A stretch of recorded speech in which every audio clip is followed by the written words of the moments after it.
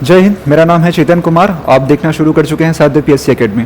फिलहाल जो है हम जिस क्लासेस के लिए एकत्रित हुए हैं वो एग्ज़ाम का नाम है नगर सेना अग्निशमन एवं आपातकालीन सेवाएं। हम जैसे देख सकते हैं कि पिछले साल लगभग 295 पदों पे जो है इसकी भर्ती के लिए एक नोटिफिकेशन आया था। इसके शारीरिक नापजोक, दस्तावेज सत्यापन और उसके बाद शारीरिक दक्षता परीक्षा, ये तीनों जो है परिपूर्ण हो चुकी है। अब इसमें जो बचा है तो इसका मेजर पार्ट जिसे हम लोग बोलते हैं रिटन एग्जाम, तो इसका बस एग्जाम बचा हुआ है। और इसका जो नोटिफिकेशन है आपको कल के समय में आपको देखने को मिल चुका होगा व्यापम के ऑफिशियल वेबसाइट पे। जिन लोगों ने नहीं देखा है वो देख लीजिए।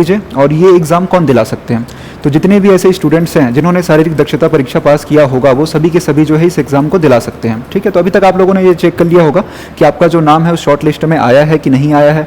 टोटल लगभग अगर मैं अब जैसे मुझे याद आ रहा है 295 के आसपास जो है पदों की स्वीकृति थी और पदों की भर्ती के लिए जो है एग्ज़ाम तैयार किया गया था। उसमें लगभग 7 से 8 हज़ार बच्चे हैं जिन्होंने शारीरिक दक्षता परीक्षा को जो है पास किया था। जितने भी ऐसे बच्चे हैं जो शारीरिक दक्षता परीक्षा पास नहीं कर पाए, आप इस एग्ज़ाम में नहीं बैठ सकते हैं।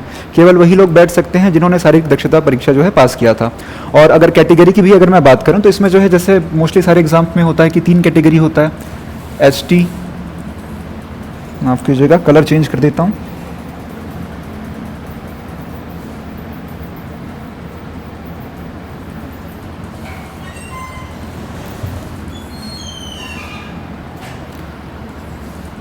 ST, SC और OBC। इनके लिए जो मिनिमम नंबर थे जो शारीरिक दक्षता परीक्षा में वो था 50 नंबर का, माफ़ कीजिएगा 40 नंबर का। और जो जनरल थे उनका था 50 नंबर का। तो अगर आप ST, SC, OBC से हैं, अगर आपका मिनिमम नंबर जो है आ रहे हैं 40, ठीक है, तो आप इस एग्ज़ाम में बैठ सकते हैं। लेकिन इसके लिए आपको जो है फॉर्म सबमिट करना पड़ेगा। कहाँ से कर सकते हैं? व्यापम के ऑनलाइन वेबसाइट में जो है आपको इसका नोटिफिकेशन आपको देखने को मिल जाएगा। आप जाइए और जल्द से जल्द आप इसका फॉर्म जो है सबमिट कर दीजिए। जल्द से जल्द मैं क्यों कह रहा हूँ, मोस्टली जो है हमने पुराने एग्जाम्स में देखा कि जो भी व्यापम जो है अपना एक डेट डिक्लेयर करता है कि हम ये जो अमुक एग्ज़ाम है इस दिन हम कंडक्ट करने वाले हैं, वो सेम डेट में वो जो एग्ज़ाम है वो कंडक्ट करा दिए जाते हैं। ठीक है, तो अगर आप फॉर्म डालने में थोड़ी सी देरी करते हैं, वैसे तो इसका लास्ट डेट लगभग 5 जून को है, मैंने देखा है प्रॉपर से, तो अगर आप इसमें देरी करते हैं तो हो सकता है कि आपके जो नज़दीकी सेंटर होंगे एग्ज़ाम सेंटर, जैसे मैं अभी रायपुर का हूँ, मुझे इतनी गर्मी में बहुत दूर एग्ज़ाम सेंटर जाने की बिल्कुल भी इच्छा बिल्कुल नहीं है। और जुलाई में भी जो एग्ज़ाम होगा हो सकता है बरसात हो, उस समय गर्मी तो होगी। तो आप जितना जल्दी हो सके इस एग्ज़ाम का जो फॉर्म है उसे फिल कर लीजिए ताकि आपका जो आसपास का जो एरिया है वही आपको मिले, बहुत ज़्यादा दूर आपको ना मिले। बहुत ज़्यादा दूर अगर आपको जो एग्ज़ाम सेंटर मिलता है तो आपको बड़ी दिक्कत होगी वहाँ पर जाने में। तो आज ही कर लीजिए या तो आप कल कर लीजिए, जब भी आपको लगता है, लेकिन जल्द से जल्द करें ताकि आपका एग्ज़ाम सेंटर जो है वो बहुत दूर ना दिया जाए।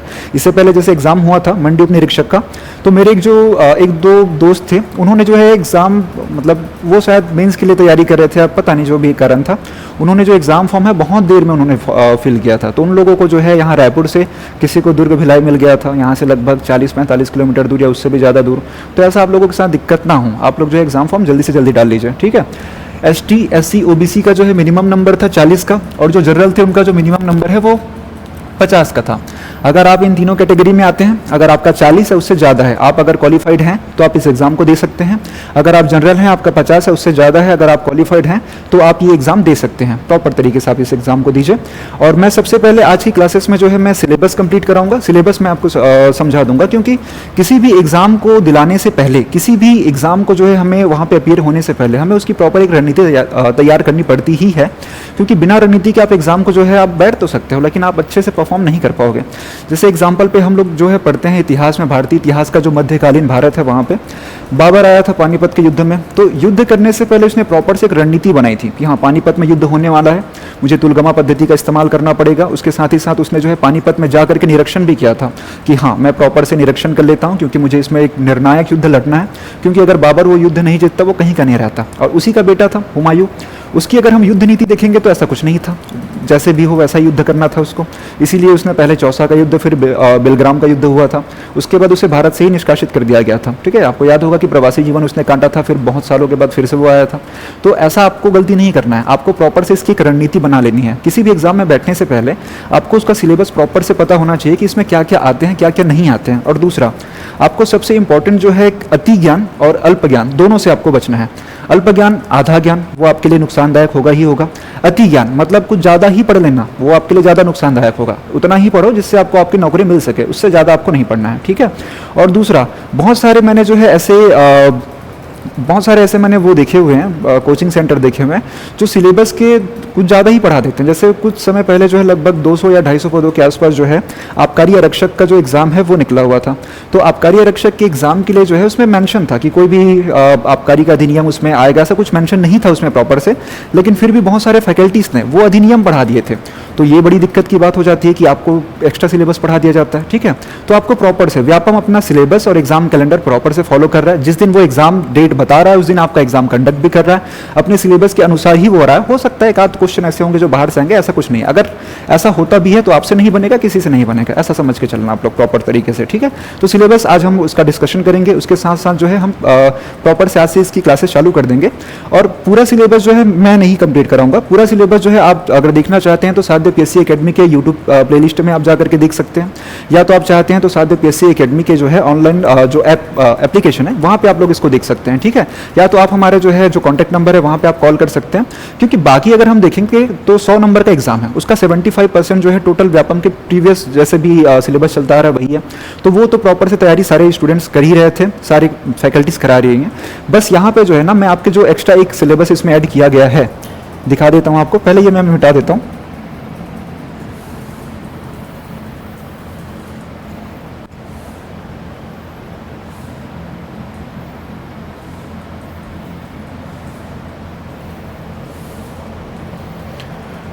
थोड़ा पीडीएफ का इशू होगा, हो सकता है आपको देखने में दिक्कत हो रही होगी, लेकिन एक बार आप प्रॉपर से इसको देख लीजिएगा। खुद से आप जो है चाहते हैं तो ऑफिशियल वेबसाइट में जाकर के भी आप देख सकते हैं, इसमें प्रॉपर एक सिलेबस मेंशन है। तो इसी सिलेबस के अनुसार जो है हमको पढ़ाई करनी है।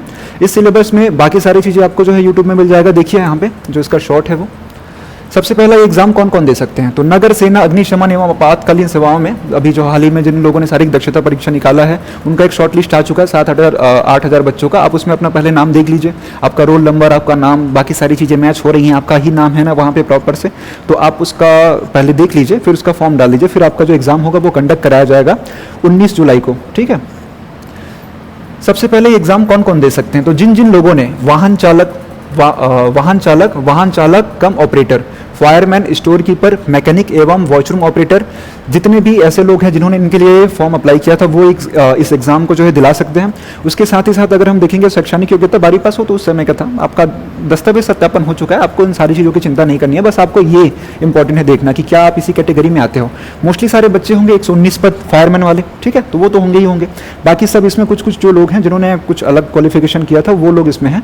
तो आप अपना जो है ये देख लीजिए कि आप इसमें किस कैटेगरी में आते हैं।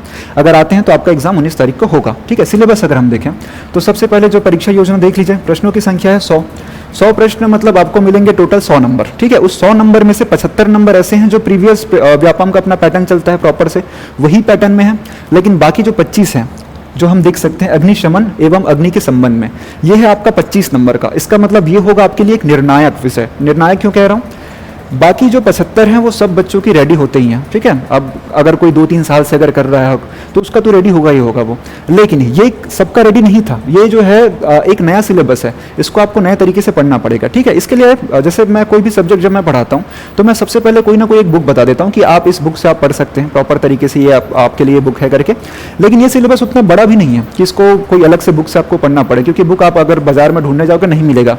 जो मिलेगा वो मत लेना, क्यों, क्योंकि वो लोग जो है पता नहीं कहाँ से जो इन्फॉर्मेशन है वो डाल देते हैं। मैं आपको इसकी प्रॉपर एक पीडीएफ में आपको प्रोवाइड करा दूंगा फ्री में। उसके साथ ही साथ जैसे हम जो ये भाग 4 अग्नि के संबंध में ही जो है ये क्लासेस को हम कंप्लीट करेंगे।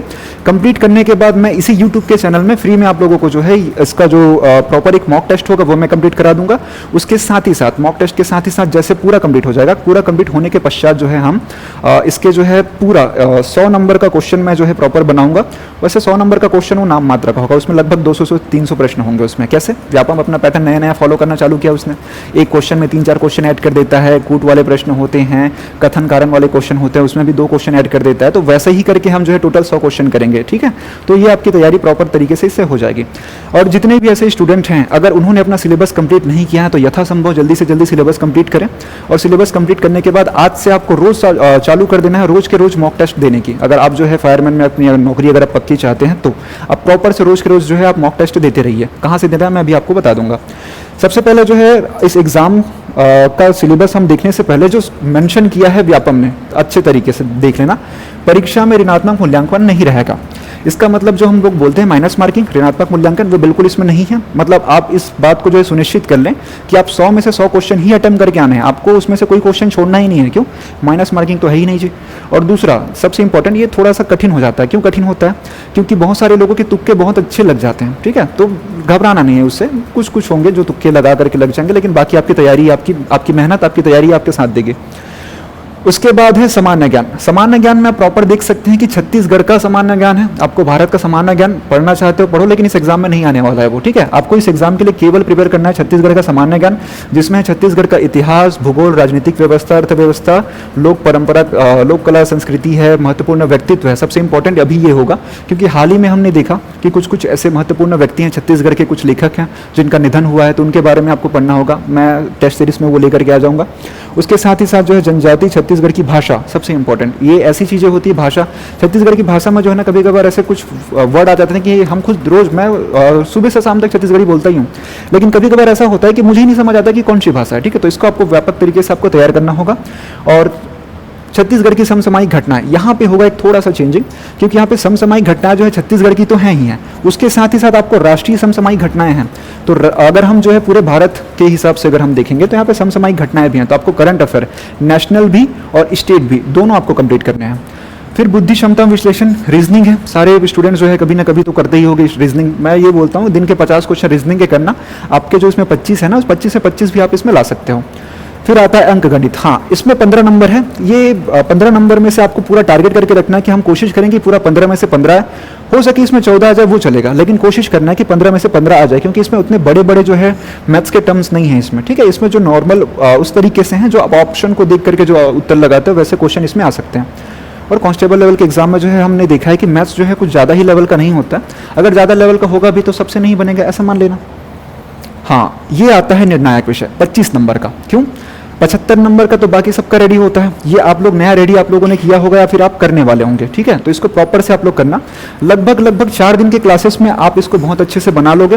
और सबसे पहले देख लो, ऐसे अगर अग्निशमन अगर हम देखें तो बहुत बड़ा व्यापक सा इसका सिलेबस हो जाएगा, बहुत सारी चीज़ें हो जाएंगे, लेकिन उन लोगों ने मेंशन किया है कि इसमें केवल अग्नि का परिचय, आग के प्रकार, अग्नि सुरक्षा उपकरण होंगे, यंत्रों के प्रकार होंगे, तकनीक होंगी, बुझाने के विभिन्न तरीके होंगे, ये सारी चीज़ें आपको पढ़ना है। आग से बचाओ, ये कॉमन सेंस है, चौथा वाला सुरक्षा एवं बचाओ, ठीक है।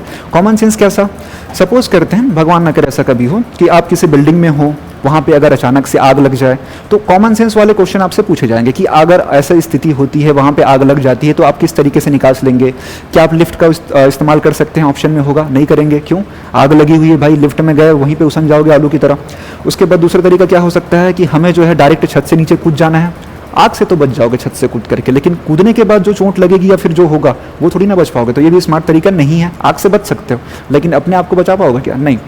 तीसरा तरीका, एक फायर एग्जिट होता है। किसी भी बिल्डिंग में जाओ, वहाँ पे आप देखना प्रॉपर से एक फायर एग्जिट मेंशन होता है कि अगर अचानक से ऐसा आपातकालीन समय आ जाए तो आपको इसी एग्जिट से नीचे सबसे पहले जो है सुरक्षित तौर से आपको नीचे पहुँचना है, ठीक है। वही कॉमन इसमें जो है क्वेश्चन होंगे कि आपको उस समय में क्या करना है, क्या नहीं करना है, तो वो कॉमन सेंस के क्वेश्चन इसमें होंगे, ठीक है। और भी बहुत सारी चीज़ें हैं, जैसे सुरक्षा नियम है, प्राथमिक चिकित्सा होता है। गाँव में क्या होता है कि अचानक से जैसे आग वाग लग गई, मिट्टी पानी में लगा करके, हो सकता है पुराने ज़माने में ऐसा जो है इलाज किया जाता होगा, लेकिन अभी प्रॉपर से हर गांव में मेडिकल्स होते हैं, मेडिकल्स में वो उपकरण होते हैं, वो सारे इक्विपमेंट्स होते हैं, वो लेकर के वो किट आप जो है इस्तेमाल करें, ऐसा, ठीक है। निकासी, जैसे मैंने आपको बताया, योजनाएं मतलब क्या है कि जब भी कहीं पे आग लगती है, जब आप एक फायर ऑफिसर होंगे, फायरमैन होंगे, तो अगर कहीं पे आग लगेगी तो आपको सबसे पहले उस आग पर नियंत्रण आपको पाना होगा, ठीक है। बिना नियंत्रण आग में जो है आप पाए, आप उसके अंदर नहीं जा सकते, उसके बाद आपको उसको बुझाना होगा, ऐसा। तो वो सारी चीज़ें इसमें हैं। तो अगर हम इसका सिलेबस देखेंगे तो बाकी सारे सिलेबस भी आपको जो है साध्य पीएससी एकेडमी के यूट्यूब प्लेलिस्ट में आपको मिल ही जाएगा। उसके साथ ही साथ ये जो है अभी आपको नहीं मिलेगा, इसका वैसे मैंने कल भी जो है वीडियो प्रॉपर से बनाया था, लेकिन टेक्निकल इशू के कारण जो है कल ये वीडियो हम अपलोड नहीं कर पाए थे, और उस वीडियो को हम अपलोड कर ही नहीं पा रहे हैं, ठीक है। अभी माफ कीजिएगा, अभी जो इसकी वीडियो है प्रॉपर से नहीं बनाई जाएगी। अभी मैंने आपको इसका प्रॉपर से सिलेबस बता दिया है, ठीक है। तो इस सिलेबस के अकॉर्डिंग जो ही आपको चलना है, आपको कोई भी इस सिलेबस से नहीं आपको ज़्यादा जाना, ना ही आपको कमाना है। और मोस्टली हम देख सकते हैं, जैसे इससे पहले जो है जो एग्जाम हुआ था परिवहन आरक्षक का, हो सकता है आप में से बहुत सारे लोगों ने दिया होगा, तो उस परिवहन के आरक्षक में हमको देखने को क्या मिला था कि वहाँ पे व्यापक ने मेंशन तो किया था कि हाँ इसमें कुछ अधिनियम के कुछ क्वेश्चन आएंगे, परिवहन अधिनियम के कुछ क्वेश्चन आएंगे। कुछ क्वेश्चन आए थे, 2 क्वेश्चन थे, लगभग 2 क्वेश्चन के आसपास उसमें थे, लेकिन वो जो 2 क्वेश्चन थे, मतलब जब उसने प्रॉपर से इसका सिलेबस जारी किया था तो वहाँ पे उन्होंने मेंशन नहीं किया था कि हम कितने नंबर के क्वेश्चन पूछने वाले हैं, ठीक है। इस वजह से वहाँ पे क्वेश्चन ऐसे ही आ गए थे, 2 आ गए, 2 की जगह 10 भी आ सकते थे, 20 भी आ सकते थे, 2 ही आ गए।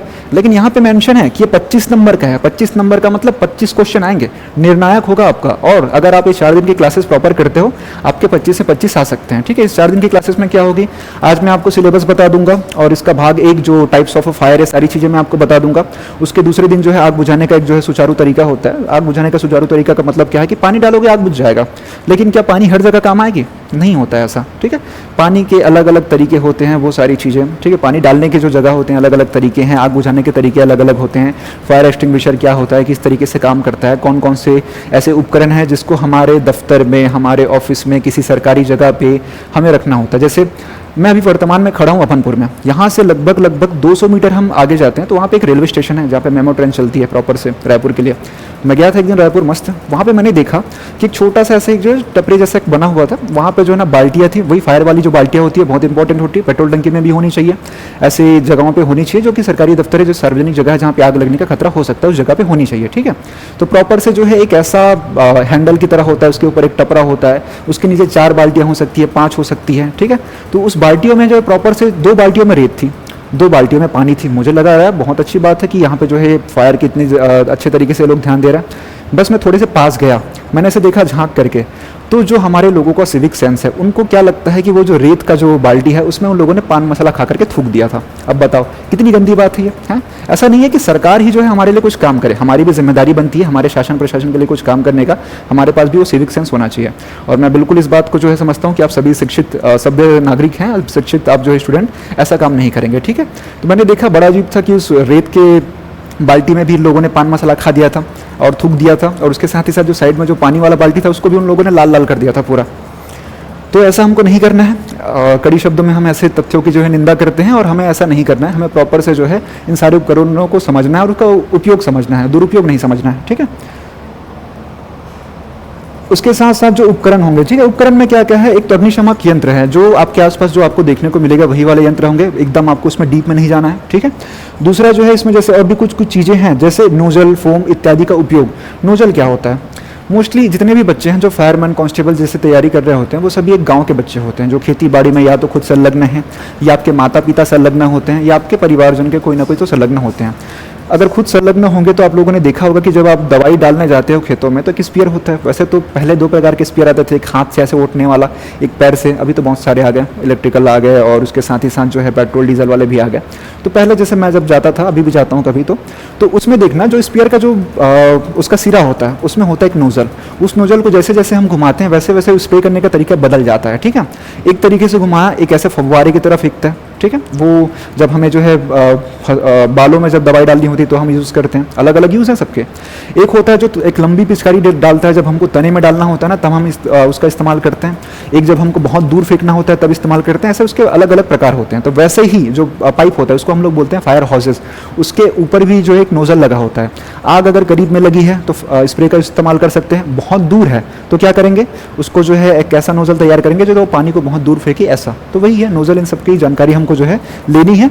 मैं इसके प्रॉपर से जो है PDF, उसकी फोटोग्राफ, ताकि आपके दिमाग में वो छप जाए, उसका इस्तेमाल किस तरीके से करते हैं वो सारी चीज़ें मैं आपको जो है इसी क्लासेस के थ्रू आपको बता दूंगा। 3 से 4 दिन की क्लासेस हैं, रोज लगभग 11 बजे के आसपास जो है आपको मिल जाएंगी। आज आपको दूसरी क्लासेस मिल सकती थी, लेकिन दिक्कत यही था टेक्निकल इशू के कारण जो है ना कल की जो क्लासेस है हम नहीं कर पाए थे। मतलब रिकॉर्ड कर लिया था लेकिन हम अपलोड नहीं कर पाए थे, दिक्कत था एक छोटा सा, लेकिन वो हो जाएगा। आज की भी क्लासेस और कल की क्लासेस जो है प्रॉपर से आपको 3-4 दिन की क्लासेस होंगी। 3-4 दिन आप प्रॉपर से कर लेना, मेरे साथ आप लोग मॉक टेस्ट में भी आप रह सकते हैं, फिर प्रॉपर से आपकी तैयारी इसमें हो जाएगी। फिर आप रोज के रोज बस आप मॉक टेस्ट देते रहना, ठीक है। हाँ, नोट्स बनाना सबसे इंपॉर्टेंट होता है, नोट्स बनाना इसमें। चलिए, तो सिलेबस का जो है हमने डिस्कशन कर लिया है। माइनस मार्किंग इसमें नहीं रहेगा, मैं बार बार बता रहा हूँ, नहीं है मतलब 100 के 100 क्वेश्चन आपको अटेम्प्ट करने हैं। अब आते हैं इसी सिलेबस के अकॉर्डिंग हमको पढ़ना है ना। तो सबसे पहले है अग्नि का परिचय और आग के प्रकार। आज हम इसी भाग 4 के जो है ना ये चैप्टर जो 1 है उसी को हम पूरा डिस्कशन करेंगे। क्या है, अग्नि का परिचय और आग के प्रकार, आग लगने के कारण, ठीक है। सबसे इंपॉर्टेंट जो है ना आग लगने के कारण आपको जो है स्मार्टनेस तरीके से आपको फाइंड करना होता है। जैसे अलग अलग जगह, क्यों कैसे आग लग सकती है, ये आपको जो है बस वही फाइंड आपको करके बताना है। मैं आपको बताऊंगा कि आपको उसको किस तरीके से आपको पढ़ना है मोस्टली। और क्या है, दिवाली का टाइम चल रहा है, पटाखे फोड़ रहे हैं बच्चे दबा के, तो क्या होगा, आग लगने की खतरा है। रॉकेट जो ऊपर जाता है क्या पता लग जाता है। हाँ, मैंने देखा है बहुत सारे गांव में आग लगते हुए, ठीक है। शहर में भी आप लोगों ने देखा होगा। कुछ साल पहले जो है रायपुर में ही, जो हमारी राजधानी छत्तीसगढ़ की, रायपुर में ही जो है एक कोई एक बिजली ऑफिस का जो दफ्तर है उसमें बहुत बड़ी आग, भीषण आग लगी थी। थोड़ी देर तक तो आसमान ही ढक गया था, ठीक है। तो वहाँ पे उसका क्या कारण था, ऐसे बहुत सारे तरीके हम इसमें प्रॉपर से पढ़ेंगे।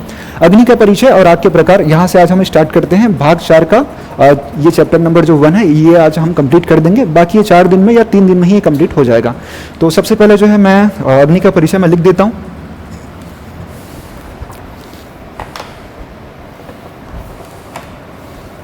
आप लोग भी चाहे तो आप लोग लिख सकते हैं, नोट्स बना सकते हैं, लेकिन ऐसे परिचय जो है ना अलग से लिखने या फिर इसकी ज़रूरत नहीं है। ये मैं क्यों लिखा रहा हूँ मैं आपको लिखाने के बाद में आपको बता दूंगा।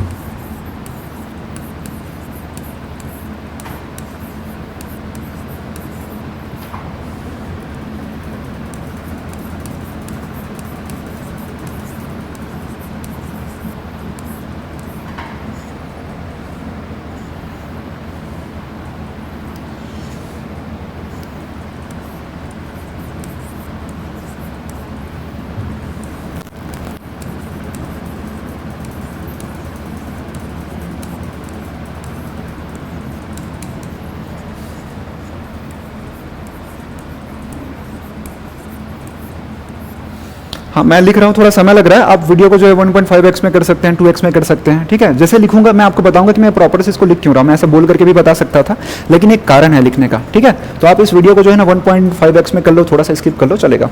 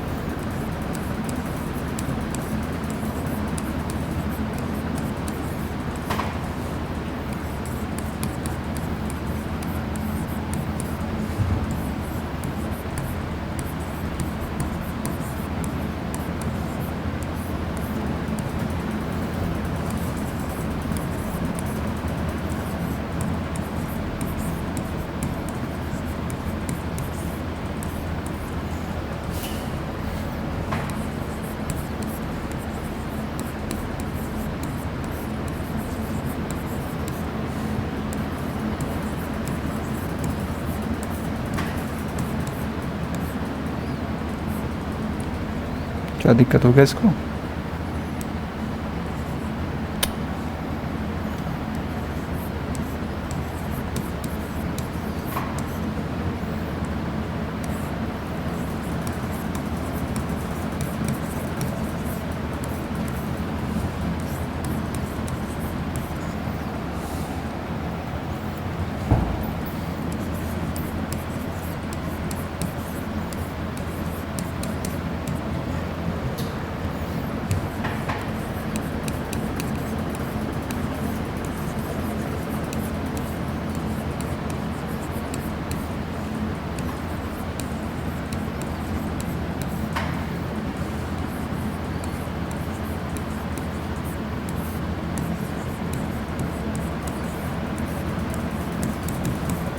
माफ़ कीजिएगा, थोड़ा समय लग गया। मैं उम्मीद करता हूं कि आप लोगों ने जो है 1.5x में या फिर इस वीक आपने कर लिया होगा। अब यहाँ से हम लोग प्रॉपर से हम लोग स्टार्ट करते हैं, ठीक है।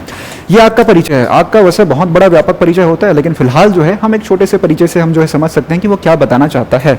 सबसे पहला लाइन अगर हम पढ़ें तो, आग एक ऊष्माक्षेपी रासायनिक अभिक्रिया है।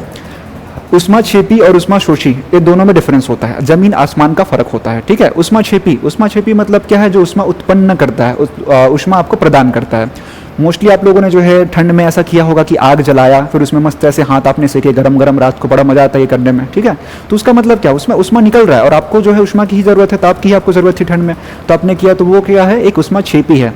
अभी चल रहा है गर्मियों का सीजन, अभी हमको क्या चाहिए, बर्फ़, मज़ा आता है आइसक्रीम खाने और गोला पता नहीं जो भी चीज़ें होती हैं वो खाने में। तो उसको आप लोग ये थोड़ी देर तक के लिए रखो बाहर में, क्या होगा, वो पिघल जाएगा, वो ऊष्मा शोषी है, मतलब वो ऊष्मा का अवशोषण करती है। तो मैंने ये परिचय जो है क्यों लिखा है, ताकि आप इसमें लिख भी सको और इसी में से हो सकता है व्यापम आपके साथ खेल जाए। कैसे, वो बोलेगा कि आग एक ऊष्मा शोषी रासायनिक अभिक्रिया है, तो हमको तो पता चल गया है कि ऊष्मा शोषी नहीं है, ये ऊष्मा क्षेपी है, ऊष्मा प्रदान करती है। ठीक है, मोस्टली अगर आप देखोगे व्यापम के एग्जाम में मोस्टली जो पुराने स्टूडेंट होते हैं उसको पता सब कुछ होता है, लेकिन इसी छोटे छोटे शब्दावली में वो फंस जाते हैं। आपको ऐसा नहीं होना है, आपको बिल्कुल भी इसमें कंफ्यूज नहीं होना है, आपको प्रॉपर तरीके से अपनी तैयारी अच्छे से रखनी है। ऐसे ऐसे शब्दों को आपको जो है प्रॉपर से देख लेना है, और चाहो तो आप इंग्लिश में भी देख सकते हो इसको। ठीक है, कभी कभार होता है ऐसा क्वेश्चन में, हिंदी में हम फंस जाते हैं लेकिन इंग्लिश देख करके हम जो है कर लेते हैं। ठीक है, तो इसको करके देखना प्रॉपर से, आप इसको याद रखना कि ये एक ऊष्मा क्षेपी रासायनिक अभिक्रिया है, ऊष्मा जो है ये प्रदान करती है। ठीक है, दूसरा उसके बाद लिखा है क्या, रासायनिक अभिक्रिया। अब रासायनिक अभिक्रिया क्या हुई भाई, एक होता है भौतिक अभिक्रिया, जैसे सपोज करते हैं मेरे हाथ में ना फिलहाल एक पेन का जो है एक ऊपर वाला हिस्सा है और दूसरा तो दिख नहीं रहा, चलो मैं एग्जांपल दे देता हूँ।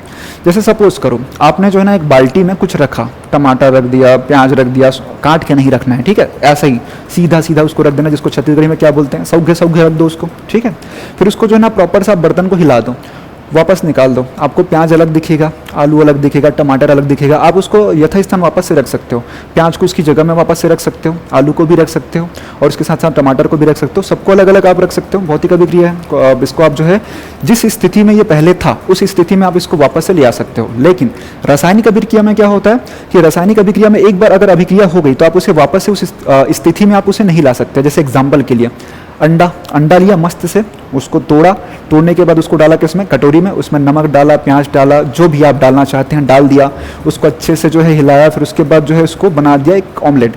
आप अंडे से ऑमलेट तो आप बना सकते हो, लेकिन ऑमलेट से अंडा बना पाओगे क्या, नहीं, पॉसिबल ही नहीं है। तो यही होता है रासायनिक अभिक्रिया, एक बार जैसे ये अभिक्रिया हो जाती है आप उसको जो है पुनः उस स्थिति में आप नहीं ला सकते हो। ठीक है, बहुत सारे एग्जाम्पल होते हैं, दिवाली में ले लो आप, अभी मैंने थोड़ी देर पहले बताया था फटाकों से आग लग सकती है, तो दिवाली में एक फटाके हैं, जला दिया आपने, फूट गया फटाका, वापस से गन पाउडर बारूद सारी चीज़ें एक जगह एकत्रित कर सकते हैं, नहीं कर सकते हैं उसको, एक बार फटा तो गया वो। ठीक है, उसके बाद आप दूसरा फोड़ो, ऐसा। और उसी तरीके से अगर दिवाली की अगर एग्जाम्पल है, दिवाली में क्या होता है, खड़खड़िया होता है। ठीक है, मुझे नहीं आता ठीक से खेलना, लेकिन मेरे दोस्त खेलते हैं। तो क्या होता है, एक बड़ा सा बॉक्स है, उसमें 6-7 पासे जो भी समथिंग होते हैं, उसको अच्छे से हिलाते हैं, झंडा मुंडा करके चिल्लाते हैं, फिर उसको उल्टा रख देते हैं, बार बार पासे बदलते हैं। तो ऐसा थोड़ी ना कि आप पासों को उस स्थिति में वापस नहीं ला पाओगे, ला सकते हो, आसानी से ला सकते हो, या तो आप अपने हाथों से पकड़ के ला सकते हो, जैसा भी।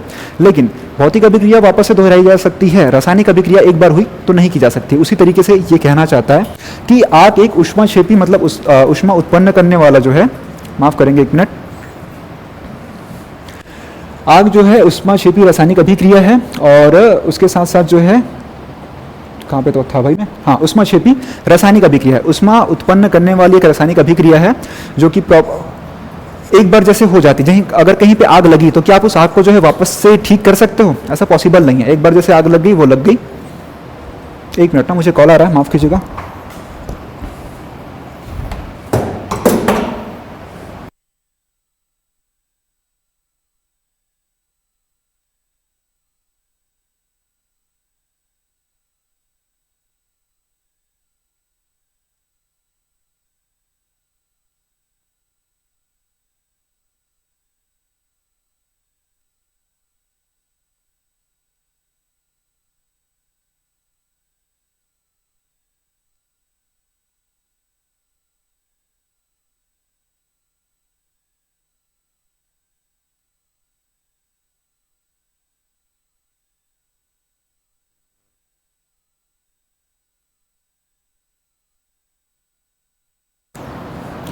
माफ कीजिएगा, एक छोटा सा कॉल था।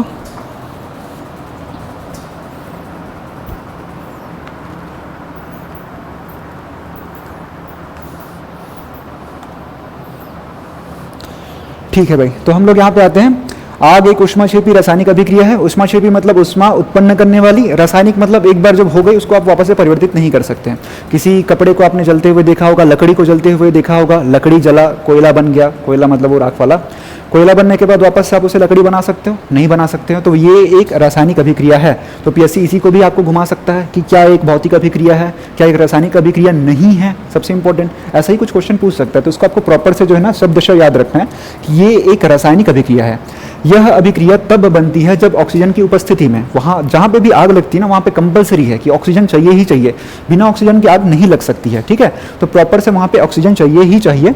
तो ऑक्सीजन की उपस्थिति में कोई भी ज्वलनशील या दहनशील, ज्वलनशील दहनशील एक ही होता है, तत्व जब जलती है और ऊष्मा तथा प्रकाश उत्पन्न करती है, तब जब भी कोई एक ज्वलनशील तथ्य है, जैसे सपोज करते हैं यहाँ पे एक पानी का बॉटल है, ये पानी का बॉटल, ये बॉटल ज्वलनशील है, इसको आप सुखा दो थोड़ी देर, उसके बाद आप इस आग में डालो, ये जल जाएगी, लेकिन उसके अंदर पानी है, वो ज्वलनशील नहीं है, ठीक है, तो वो जल नहीं सकती है। लेकिन ये ज्वलनशील है तो ये जल सकती है प्रॉपर तरीके से। तो आपको ये प्रॉपर शब्दशः आपको याद रखने हैं कि ज्वलनशील जो पदार्थ होंगे ऑक्सीजन की उपस्थिति में जलेंगे भी, और उसके साथ ही साथ वो जो है ऊष्मा तथा प्रकाश उत्पन्न करेंगे। तो ये उसका परिचय था। इसी में से क्वेश्चन आपको घुमा घुमा के ही पूछ सकते हैं कि क्या वहाँ पर ज्वलनशील वस्तु की आवश्यकता होती है, नहीं होती है, बहुत सारे तरीके होते हैं इसको घुमाने के। मैं भी इसमें कम से कम घुमा घुमा के 10-15 क्वेश्चन बना सकता हूँ, ठीक है। तो आपको शब्द से इसको याद रखना है। आप एक काम कीजिए, प्रॉपर से इसका एक स्क्रीनशॉट ले लीजिए और कहीं पे आप इसे नोट डाउन कर लीजिए, ठीक है। चलिए, आप लोगों ने जो स्क्रीनशॉट ले लिया होगा, मैं आशा उम्मीद करता हूँ। अब आ जाते हैं। अब सबसे पहले हमने जो है अग्नि का परिचय हमने पढ़ लिया, ठीक है। आग लगने के कारण ये सारी चीज़ें आपके कॉमन सेंस होते हैं, किस कारण से लग सकती है आग, ठीक, बहुत सारी चीज़ें होती हैं। आग के विभिन्न प्रकार ये हमको अभी पढ़ना है। हाँ, इसके और एक अलग से क्लासेस होंगी जिसमें जो है ना प्रॉपर से अलग अलग जगहों पे अलग अलग तरीके से आग लगती है। जैसे बिजली ऑफिस है, वहाँ पे आग लगने का रीज़न क्या हो सकता है? शॉर्ट सर्किट हो सकता है। हॉस्पिटल है, वहाँ पे आग लगने का कारण क्या हो सकता है? बहुत सारे तरीके हो सकते हैं, ठीक है। शॉर्ट सर्किट वहाँ पे भी हो सकता है। पेट्रोल टंकी है, वहाँ पे आग लगने का कारण क्या हो सकता है? कोई धूम्रपान कर रहा है या फिर और कोई कुछ कर रहा है, तो ये सारी चीज़ें हो सकती हैं। तो हमको जो है इसी चीज़ को ध्यान रखना है कि कहाँ पे कौन से तरीके से आग लग सकती है, ये हमको ध्यान रखना है प्रॉपर तरीके से। वो मैं आपको जो है बाद में पढ़ा दूंगा, गांव में आग लगने के कारण होते हैं। मैं बस ऐसे ही पढ़ा दूंगा, आप शायद वो पढ़ेंगे भी नहीं, बिकॉज ये कॉमन सेंस वाली बातें होती है। गांव में क्या है, सूखा घास है, बहुत सारे ऐसे तत्व है जिसमें आग लगती है। शहर में क्या मिलेगा, ऐसे बड़े बड़े से कोई जगह है जहाँ पे बहुत सारे कचरा किसी ने इकट्ठा कर दिया, फिर कोई मलबा रख दिया, वहाँ पे आग लग गया। ऐसे जंगल में कैसे आग लगेगी जी? जंगल में आग लगने के कारण क्या क्या हो सकते हैं? एक तो कोई आग उड़ करके उधर चली गई, पत्थरों को घिसने की वजह से चिंगारी उत्पन्न हुई और एक बार पत्तों में लगनी चालू हुई तो लगातार आग बढ़ते गई। हम पढ़ते हैं बीजापुर, अभी वर्तमान में हमारे छत्तीसगढ़ का जिला है, वहाँ पे सबसे ज़्यादा जो है जंगल की आग जो है लगती है, ये रिकॉर्ड है। तो ऐसे बहुत सारी चीज़ें हैं जो हमको जो है कॉमन सेंस से ही हमको समझ जाना है, ठीक है। तो चलो, अब ये हो गया। अब हम जो है ना आग के प्रकार पढ़ेंगे। तो आग, वैसे अगर व्यापम आपको पूछे कि आग लगने, आग के प्रकार मतलब आग तो वही होता है, येलो येलो सा जो दिखता है ना, वही होता है आग का प्रकार। लेकिन उसको जो जिसमें वो आग लगती है, मतलब जो ईंधन होता है, उसके तरीके अलग अलग होते हैं। अलग अलग ईंधन होते हैं तो अलग अलग उसमें आग होते हैं। सबसे पहला जो तरीका होता है, मतलब तरीका नहीं, उसको हम टाइप बोलते हैं। मेजर जो है ना 4 तरीके हैं आग लगने के। 4 तरीके कैसे, वो भी हैं आपको बताऊंगा। फिर उसको अलग अलग तरीके से बांट दिया गया है, ठीक है। अगर आप इसमें कंफ्यूज हो जाए तो मैं आपको बता देता हूँ ये कैसे होता है।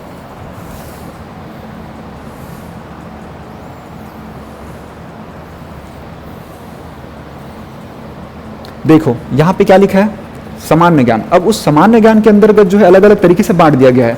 तो क्या ऐसा है क्या कि सिर्फ इतना ही सामान्य ज्ञान है, इससे ज़्यादा नहीं है? बिल्कुल ऐसा नहीं है, इससे ज़्यादा भी सामान्य ज्ञान होती है, ठीक है। और इससे कम भी नहीं है, ऐसा नहीं है, मतलब इतना भी होता है। सामान्य ज्ञान का ये हिस्सा है, लेकिन क्या पूरे सामान्य ज्ञान का सिर्फ इतना ही हिस्सा नहीं है? वैसा ही आग के भी ना अलग अलग तरीके हैं, आग के अलग अलग प्रकार हैं कि कैसे होते हैं। तो मेजर अगर तरीके पूछे तो आपको याद रखने हैं 4, A, B, C और D। अगर आपको संख्यात्मक पूछे तो 4, ठीक है। अब ये कैसे याद रखेंगे? A से आता है ठोस, सॉलिड। सॉलिड मतलब क्या? वही जो बचपन में हमने पढ़ा था, जो भी ठोस है, ठीक है, वही सॉलिड। लकड़ी हो गया, कपड़े हो गया, कागज हो गया, जो भी जो जलता है वो ठोस, वो सभी के सभी A टाइप में आ जाते हैं, ठीक है। तो ये आप लोग याद रख लेना इसको, ठोस। B, इसका अपोजिट, B से आता है आपका लिक्विड, तरल, द्रव्य।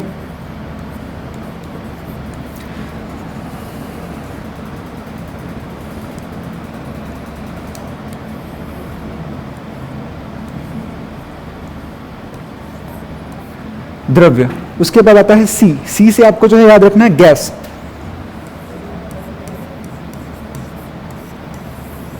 और डी से याद रखना है आपको धातु।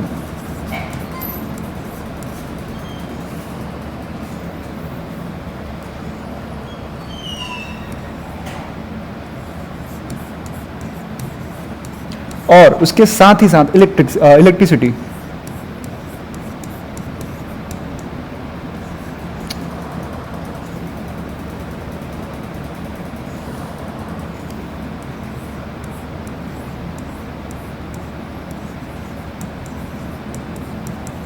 विद्युत, जो भी इसके पर्यायवाची आप लिखना चाहो लिख सकते हो। ठीक है, तो मेजर अगर हमको जो है सिर्फ संख्यात्मक पूछे तो 1 2 3 4 है, 4 प्रकार के आग लगते हैं, लेकिन मैं इसके प्रॉपर तरीके आपको बता दूंगा जो प्रॉपर से अग्निशमन विभाग ने ही इसको बदल के रखा है। और ऐसा क्यों किया होगा? देखो, सारे आग लगने का तरीका अलग होता है, उसको बुझाने का तरीका अलग होता है। ठीक है, जैसे एक मुहावरा है, लोकोक्ति है, माफ कीजिएगा, लोकोक्ति है कि जहाँ पे सुई का इस्तेमाल किया जाता है वहाँ पे तलवार का कोई काम नहीं होता, और जहाँ पे तलवार का काम है वहाँ पे सुई का भी कोई काम नहीं होता है। ठीक है, तो जैसे सपोज करते हैं एक लकड़ी में आग लगी, लकड़ी क्या है? ठोस है, तो लकड़ी का आग आप जो है इजीली पानी में आप ऐसे बुझा सकते हो। जैसे आपने घर में देखा होगा, जैसे आपके घर अगर चूल्हा अभी भी अगर जलता होगा, किसी के घर में जो है शौकीन अभी भी हैं जो चूल्हे में खाना बनाते हैं, मेरे घर में तो बनाती है मेरी माँ, तो वैसे ही अगर आपने देखा होगा तो प्रॉपर तरीके से जो है ना, अगर लकड़ी में आग लगी है तो आप उसे पानी से ऐसे छींटा मार मार के आप उसे बुझा सकते हो। लेकिन वही अगर हम लोग देखते हैं गरम गरम सा तवा, ठीक है, तवे में आप ऐसे पानी के छींटे लगाओ, बहुत सारे लगाओगे तब जाकर के वो ठंडा होगा पूरी तरीके से। अब धातु है, वो भी एक धातु, वो एक ठोस है लकड़ी, वो एक धातु है, कौन सा? तवा, लोहे का है। तो तवा में जैसे आपने देखा होगा मोस्टली आप जब शादियों में पार्टियों में जब आप जाते होगे तो पानी छिड़कते रहते हैं बार बार ऐसे जोर से, फिर बहुत बड़ा ऐसे इवापोरेशन जो होता है, फिर बहुत बड़ा ऐसा भाप जैसा हमको दिखता है। ठीक है, तो पानी हम दोनों जगह डाल रहे हैं, लेकिन क्या दोनों जगह आग तुरंत बुझा पा रहा है? नहीं, लकड़ी को जल्दी बुझा देता है लेकिन उसको बहुत ज़्यादा टाइम लग जाता है। ठीक है, दूसरा उसी तरीके से द्रव्य है, द्रव्य का एग्जाम्पल क्या हुआ जी? पेट्रोल हुआ। अब पेट्रोल में जो है जैसे आग लगी, आप उसमें पानी डालोगे, कोई मतलब है क्या? जैसे आपने शायद कभी ये किया होगा, नहीं किया होगा तो मैं आपको बता देता हूं, करना मत घर में। जैसे ये मान लेते हैं एक बाल्टी है, ठीक है, इसमें जो है ना यहाँ तक पानी है, अगर आप इसमें पेट्रोल डालोगे तो पेट्रोल क्या होगा? वो पेट्रोल आपके चले जाएंगे ऊपर में, पेट्रोल जो है ना यहाँ पे होगा ऊपर में। अब सपोज करते हैं, सपोज क्या यहीं पे ही आग लगेगी, पानी में थोड़ी ना लगेगी, वो तो ज्वलनशील है ही नहीं, आग लगेगी ऊपर में, तो आप पानी डालोगे भी वो नीचे आ जाएगा, कोई काम करेगा क्या यहाँ पे? तो उसके लिए भी एक व्यापक तरीका होता है कि कौन से तरीके से हम इसको आग बुझाते हैं। तो इसी को जानबूझ के जो है ना अलग अलग कर दिया गया कि कौन कौन से तरीके हैं ऐसा। तो मेजर अगर आपको संख्यात्मक पूछे तो 4 तरीके होते हैं, लेकिन इसके अगर टाइप्स अगर पूछेंगे तो वो जो है 6 तरीके होते हैं। मैं आपको बता देता हूँ उसके 6 तरीके। ठीक है, तो आप चाहे तो इसे नोट डाउन कर सकते हैं, नोट डाउन करने की भी जरूरत नहीं है। ABCD आपको 4 याद करना है। ए से आपको ठोस, बी से उसका अपोजिट द्रव्य, सी से गैस, डी से धातु। ठोस, द्रव्य और गैस, पूरे पृथ्वी में 3 ही तो एलिमेंट होते हैं, एक ठोस होता है, द्रव्य होता है, गैस होता है। धातु को बस आप याद रख लेना, हाँ ये भी ठोस में ही आता है। अब हम लोग जो है पढ़ लेते हैं टाइप्स ऑफ फायर, आग के प्रकार।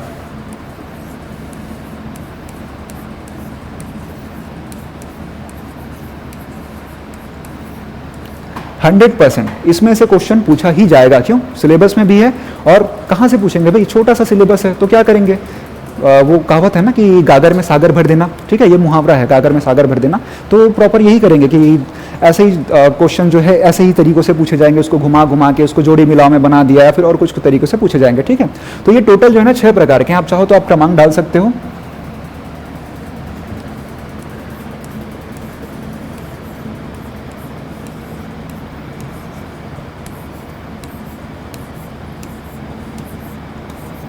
ठीक है, 1 2 3 4 5 6।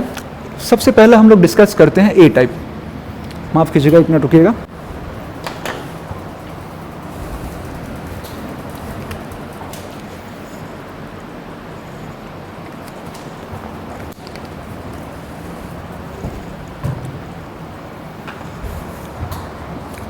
सबसे पहला है टाइप ए। ठीक है, टाइप ए में आता है आपका ठोस, उसमें भी था टाइप ए में ठोस, इसमें भी है टाइप ए में ठोस। ठोस या सॉलिड जो भी आप बोलना चाहो, जिसमें भी आप कंफर्टेबल होगे वो आएगा टाइप ए में। अब ए में जैसे ठोस क्या क्या आ सकता है, एग्जांपल के लिए मैं आपको लिखा देता हूं। ठीक है, इसमें आ सकते हैं क्या? लकड़ी, लकड़ी के साथ आ सकते हैं क्या? सूखे पत्ते, जितना भी ठोस है, जो भी ज्वलनशील है सब इसी में आ जाएंगे। ठीक है, लकड़ी, सूखे पत्ते ले लो, प्लास्टिक ले लो,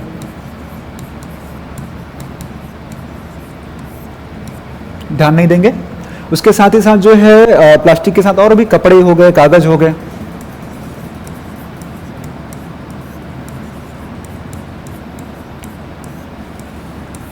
ये सारे चीजें जो है आपके ठोस प्रकार के यानी कि टाइप ऑफ ए में जो है आ जाएंगे। ठीक है, तो आग के प्रकार सबसे पहले हमने पढ़ा ए ठोस, लकड़ी, सूखे पत्ते, प्लास्टिक, कपड़े, कागज, सारे आ गए। मैं आपको प्रॉपर से इसकी टेक्निक बताऊंगा, ट्रिक बताऊंगा कि आप कैसे इसको याद रख सकते हैं, क्योंकि व्यापम कैसे ही पूछेगा। ए बी टोटल ऐसे जो है ना 6, ए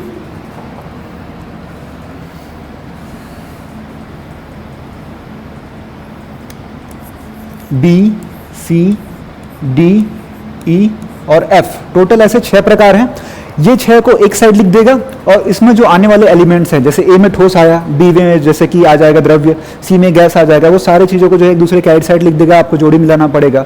या फिर और भी कथन कारण हो सकता है कि ए ठोस प्रकार की आग होती है क्योंकि इसमें लकड़ी पत्ते सूखे पत्ते होते हैं, ऐसा कुछ भी जो है ऐसा क्वेश्चन बना सकते हैं, लेकिन इससे तो आएगा ही आएगा। तो इसको आपको प्रॉपर तरीके से समझना है। पहले मैं आपको सिर्फ समझाने के अनुसार ही यहाँ पे मैं आपको बता रहा हूँ, जैसे आप इसमें प्रॉपर से समझ जाएंगे उसके बाद जो है मैं इसकी एक ट्रिक बता दूंगा कि आपको इसको किस तरीके से याद आप रख सकते हैं। ठीक है, ए के बाद आता है बी, बी में आपका आ जाता है द्रव्य, द्रव्य या तरल। अब इसमें वो सारी चीजें जो लिक्विड फॉर्म में एग्जिस्ट करती है इस दुनिया में, वो सारी चीजें इसमें आ जाएंगी। जैसे एग्जांपल के लिए क्या क्या हो सकता है, पेट्रोलियम हो गया, पेट्रोल, डीजल हो गया, ठीक है, तो वो सारी चीजें इसमें आ सकती है। तेल नहीं आ सकता है, क्यों, वो भी मैं बताऊंगा आपको बाद में इसका रीजन। ये जो एफ है ना, ये 6वें प्रकार का, इसमें आते हैं सारे रसोई के सामान। तो रसोई वाले जो है ना वो 6 में, पहले इसी में था, उसको बाद में चेंज किया गया क्योंकि इनको दोनों को बुझाने के तरीके अलग अलग होते हैं। ठीक है, तो इसमें आ जाएगा आपका क्या, पेट्रोल हो गया, डीजल हो गया, ऐसे आप देख सकते हो जो भी आपको जो लिक्विड फॉर्म में मिल जाएगा, जैसे सीएनजी हो गया, कंप्रेस्ड नेचुरल गैस, वो सब इसमें आ जाएंगे। तो इसका भी एग्जाम्पल हम जो है लिख लेते हैं। क्या क्या हो गया, पेट्रोल जो आसमान छू रहा है अभी वर्तमान में, फिर आ गया डीजल, फिर आ गया आपका सीएनजी। ठीक है, तो ये सारी चीजें इसमें आ सकती हैं। जोड़ी मिलाओ में ये डायरेक्ट ये भी आ सकता है, ए में डायरेक्ट लकड़ी पूछ दिया या ए में डायरेक्ट कपड़े कागज कुछ भी पूछ दिया, तो इसको प्रॉपर से आपको याद रखना है। बस दिमाग में आपको सोचना है, बहुत बड़ा रॉकेट साइंस थोड़ी ना है, सिंपल सी बात है। सी में आपका आ जाता है गैस, सी में आपका आता है गैस। अब गैस मतलब क्या, ऐसे गैस जो ज्वलनशील होते हैं। ठीक है, जैसे एलपीजी, लिक्विड पेट्रोलियम गैस। अब आप बोलोगे सर इसमें तो लिक्विड आ रहा है, तो क्या ये लिक्विड, नहीं, इसकी जो प्रकृति होती है ना ये गैस वाली होती है। आप उसको टंकी में डालते हो लिक्विड फॉर्म में वो होता है, लेकिन जब वो जलता है ना तो वो गैस फॉर्म में ही जलता है वो। ठीक है, जैसे अगर आपके पास छोटा सा लाइटर अगर होगा, आपने बचपन में कभी खेला होगा, या फिर आप जो है धूम्रपान जैसी जो आप चीज़ें करते होंगे, मत कीजिएगा, सेहत के लिए हानिकारक होता है। तो आपको पता होगा कि प्रॉपर से जो है ना लाइटर के नीचे में एक पानी तरल जैसा एक पूरा एकदम पारदर्शी एक लिक्विड होता है। ठीक है, और उसको जैसे आप ऐसे प्रेस करोगे तो उसके ऊपर आता है गैस। ठीक है, वही गैस में ही आग लगती है, तो वो एलपीजी जो है वो गैस फॉर्म में आता है, तो एलपीजी आ जाएगा इसमें। एग्जांपल के लिए एलपीजी हो गया, या कोई भी ऐसा गैस जो कि ज्वलनशील होता है। आप एक दो एग्जांपल चाहो तो आप कमेंट्स में डाल सकते हो कौन कौन सा होगा ऐसा। तो जो भी गैस प्रकृति की आएगी वो सभी आएगा किसमें, सी टाइप में। अब हम लोग आते हैं डी टाइप। डी में आ जाता है आपका धातु,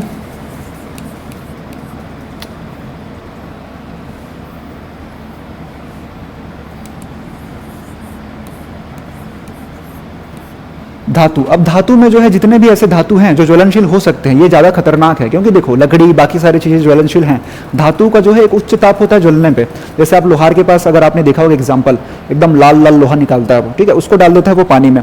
पानी में डालने के तुरंत उपरांत भी आप उसे हाथ से नहीं पकड़ सकते, वो इतना गर्म होता है वो। ठीक है, कोशिश भी मत करना कभी करने के ऐसा, क्यों, क्योंकि उसका जो तापमान होता है, जो उसका जिसे हम लोग बोल सकते हैं, जो उसके जलने का जो ज्वलन तापमान है, ज्वलन ताप जिसे हम लोग बोलते हैं, एक मिनट उसे इंग्लिश में क्या बोलते हैं, इग्निशन टेम्परेचर, ज्वलन ताप, ये जो है काफ़ी ज़्यादा उच्च होता है, तो बुझने में भी बहुत ज़्यादा टाइम लग जाता है वो। ठीक है, तो उसको जो है हम रखते हैं डी में। डी से धातु, ऐसे याद रख लो आप लोग। अब धातु में कौन कौन से होगा, किस में आग लग सकते हैं, नहीं ऐसे आग तो लगेगा नहीं, बस अब बोल सकते हैं कि हाँ आग जैसा ही कुछ बहुत ज़्यादा टेम्परेचर में, लेकिन ज़्यादा खतरनाक है, इसको बुझाने में ज़्यादा एफर्ट लगते हैं इस वजह से।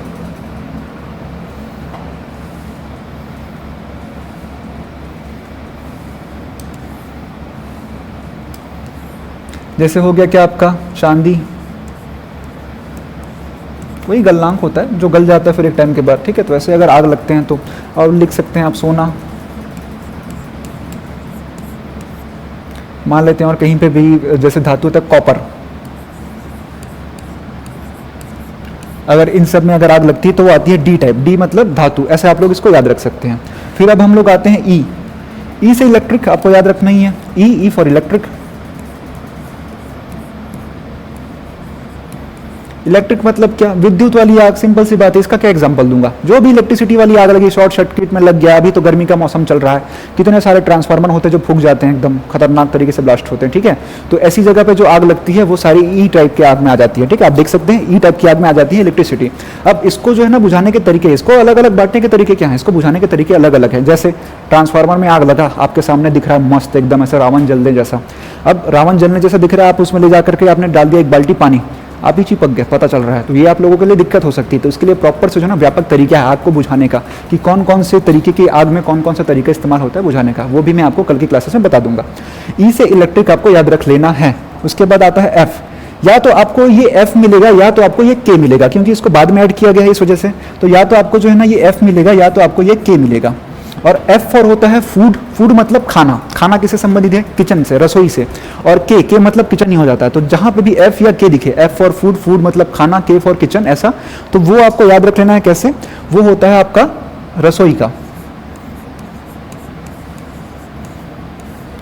अब रसोई में वही सारे तेल, जैसे मैंने शुरू में कहा था कि तेल अगर आए तो आपको उसको जो है ना ये बी टाइप में आपको नहीं लेना है, उसको आपको किस में लेना है, ई टाइप में। क्यों? क्योंकि वो क्या है, रसोई तेल है, ठीक है, तो उसको बुझाने का एक तरीका अलग, व्यापक एक तरीका होता है, तो वो आ जाएगा आपके एफ टाइप में, एफ या के टाइप में आ जाएगा, ठीक है। अब ये तो उसको हो गए उसके प्रकार, एकदम सिंपल। ए जो है ठोस का, बी द्रव्य का, सी गैस का, डी धातु का, ई इलेक्ट्रिक का, और एफ या के आपके रसोई का। अब हम जो इसको ट्रिक के माध्यम से याद करने की कोशिश करते हैं, क्योंकि एग्जाम में यही तो घुमाया जाएगा। आग के प्रकार क्या यही 6 तो हैं, अब इसमें क्या बहुत बड़ा ऐसे तो हम लिखना है नहीं, तो क्या करेंगे, इसी को ही घुमाएंगे। तो हम इसको ट्रिक से याद करते हैं ताकि एग्जाम में भी जब हमारे सामने आए तो हम इसको भूले नहीं। पहले ये वाला हिस्सा मैं मिटा देता हूं ताकि मैं आपको जो है प्रॉपर से इसका ट्रिक वो कर सकूं।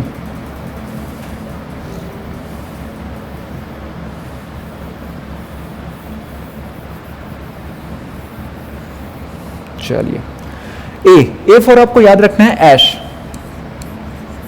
ऐश का मतलब होता है राख। कलर चेंज कर देता हूं। ए फॉर होता है ऐश, ऐश मतलब होता है राख। तो जितने भी ऐसे पदार्थ हैं या तत्व हैं, माफ कीजिएगा, जितने भी ऐसे तत्व एलिमेंट्स हैं उसको जलाओगे राख मिलेगा, वो सभी के सभी आ जाएंगे ए कैटेगरी में याद करने के लिए, ठीक है। ऐसा कहीं पर लिखा नहीं है, मैं बता रहा हूं आपको कि ऐसा आप लोग याद रख लेना ताकि आप एग्जाम में भूल ना सको। ए फॉर होता है क्या, ठोस। ए माफ कीजिएगा, ए से जो भी आग होती है वो होती है ठोस। ए मतलब ऐश, ऐश मतलब होता है राख, ठीक है। तो जहां जिसको भी आपको जलाने के बाद आपको राख की प्राप्ति हो रही है वो सभी के सभी किस में आ जाएंगे, ए टाइप में आ जाएंगे। जैसे एग्जाम्पल के लिए लकड़ी, लकड़ी जलाओगे कोयला मिलेगा, हम उसको कोयला बोल देते हैं, लेकिन वो भी जो है टाइप है एक राख का, ठीक है। गोंडवाना शैलग्राम से जो कोयला मिलता है उसको अपने हाथ में रख के देखना, और जो लकड़ी से मिला उसको अपने हाथ में रख के देखना, दोनों के वजन में बाकी आप समझ जाओगे कि कौन सा कोयला है कौन सा क्या, तो वो भी एक राख का ही टाइप है, ठीक है। लकड़ी हो गया, कागज कई बार जलाया होगा आप लोगों ने,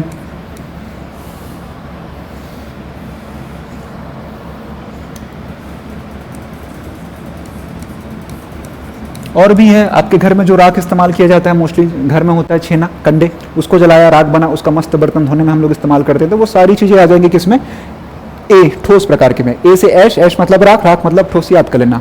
अब ए का अपोजिट क्या होता है, बी। रीजनिंग के हिसाब से आपको मान लेना कि ए का अपोजिट हो जाता है बी। तो बी का हमने क्या याद रखा है, द्रव्य या तरल, ठीक है। तो बी से हमको कैसे याद रख लेना है, द्रव्य या तरल। ए का अपोजिट बी, ऐसा आप लोग याद रख लेना है, ठीक है। फिर उसके बाद जो है ना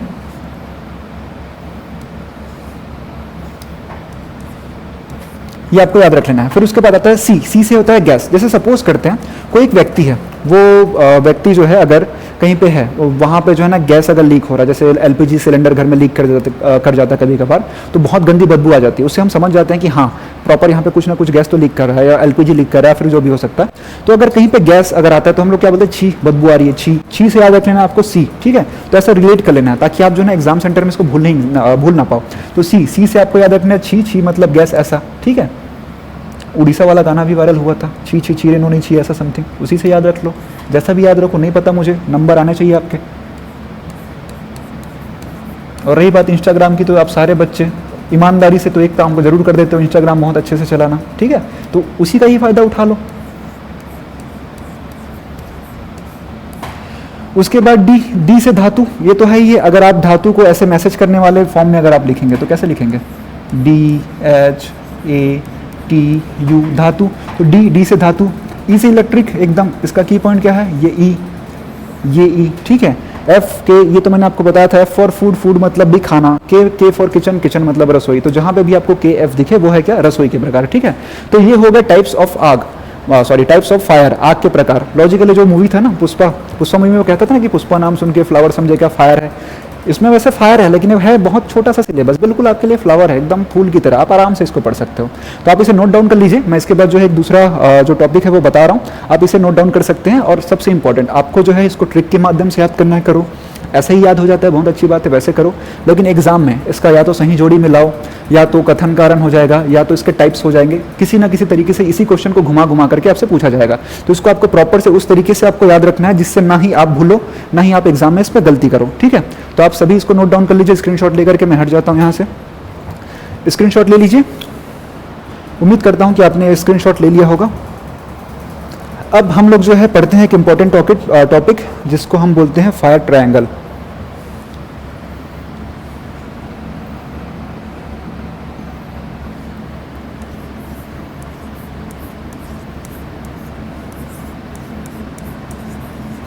मोस्टली बच्चे जो हैं वो हिंदी मीडियम से हैं, तो मैं जो है इसमें हिंदी में ही मेंशन कर रहा हूँ, फायर ट्रायंगल, ठीक है। तो फायर ट्रायंगल की अगर हम बात करेंगे तो ट्रायंगल का मतलब क्या होता है, जब 3 एलिमेंट्स एक साथ मिलते हैं ना तो ये बन जाता है ट्रायंगल। आप लोगों ने लव ट्रायंगल सुना होगा, 3 लोगों का जो होता है बहुत बुरा होता है। इसके बाद अपराध बहुत सारे होते हैं, मैं न्यूज़ पढ़ता हूँ, इससे बिल्कुल दूर रहना। लेकिन ये वाला ट्रायंगल ये आपके काम का है, क्यों, आपके सिलेबस में है, ठीक है। तो आपको ये ट्रायंगल ऐसे आपको याद रखना है। मैं एक बार कलर इसका चेंज कर देता हूँ।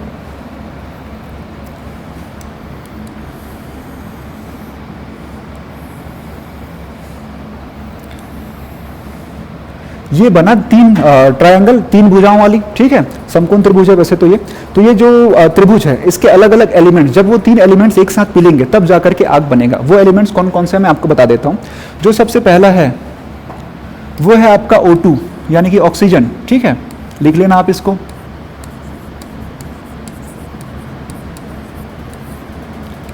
हिंदी में हम इसको प्राणवायु भी बोल देते हैं, चाहते हो तो आप लिख सकते हो या फिर लिखने की जरूरत नहीं है, ठीक है, ऑक्सीजन हो गया। दूसरा जो एलिमेंट है वो है आपका क्या, ताप, ऊष्मा उसी को बोलते हैं, चाहो तो आप लिख सकते हो हीट, ठीक है। तो पहला हुआ ऑक्सीजन, दूसरा हुआ ताप, तीसरा हुआ आपका ईंधन, फ्यूल, हो गया ये ईंधन, ठीक है। तो ये जो तीनों एलिमेंट जब एक साथ मिलते हैं, जहां मिल बैठते हैं ये 3 यार, वहां मच जाता है हाहाकार, ऐसा याद कर लो, जैसा भी याद करना है। लेकिन जैसे ये तीनों एलिमेंट्स एक साथ मिलते हैं तब लग जाती है आग। अब कहीं पे भी आप जो है इमेजिन करो, इमेजिनेशन का ही खेल है, जहां पे भी आग लगती है वहां पे तीनों एलिमेंट होते हैं। सबसे पहला ऑक्सीजन होता ही है, मैंने पहले ही बताया था, बिना ऑक्सीजन की आग नहीं लग सकती है, ठीक है। दूसरा वहां पे ताप, ऊष्मा, या तो वहां पे पहले से मौजूद है, या तो आप क्या करोगे वहां पे एक ऊष्मा दोगे। जैसे होता है हम लोग ठंड में जो है हाथ सेकने के लिए जब आग जलाते हैं तो क्या वहां पे जो है ना ऑक्सीजन तो है ही है, वहां पे लकड़ी और कागज होंगे, आप उसमें माचिस लगाओगे, ठीक है, या फिर कोई भी छोटा सा चिंगारी, जो भी आप ताप आप खुद दोगे उसे। तीसरा होता है ईंधन, ठीक है। ईंधन क्या है, वही जो जल रहा है, या तो लकड़ी जला रहे हो वो ईंधन के रूप में आ गया, अगर आप घास जला रहे हो वो ईंधन के रूप में आ गया। वो होता है हम लोग ठंड का टाइम आता है, मेले वेले में हम लोग जाते हैं तो क्या करते हैं, देखते हैं कहीं पे सूखी घास है क्या, मस्त वहाँ पे बैठ करके आग हाथ में सेक लेते हैं, उसके बाद वहाँ से चले जाते हैं। अच्छे से आग बुझा करके ही जाना वहाँ से, ठीक है, जब भी ऐसा करो तो, और मत करो मेरे हिसाब से तो। फिर उसके बाद जो है ये तीनों एलिमेंट जब एक साथ मिलते हैं तब जाकर के आपका बनता है एक आग। और आपको जो है ना आग बुझाने के लिए और कुछ नहीं, इन तीनों में से किसी एक चीज को हटाना है बस।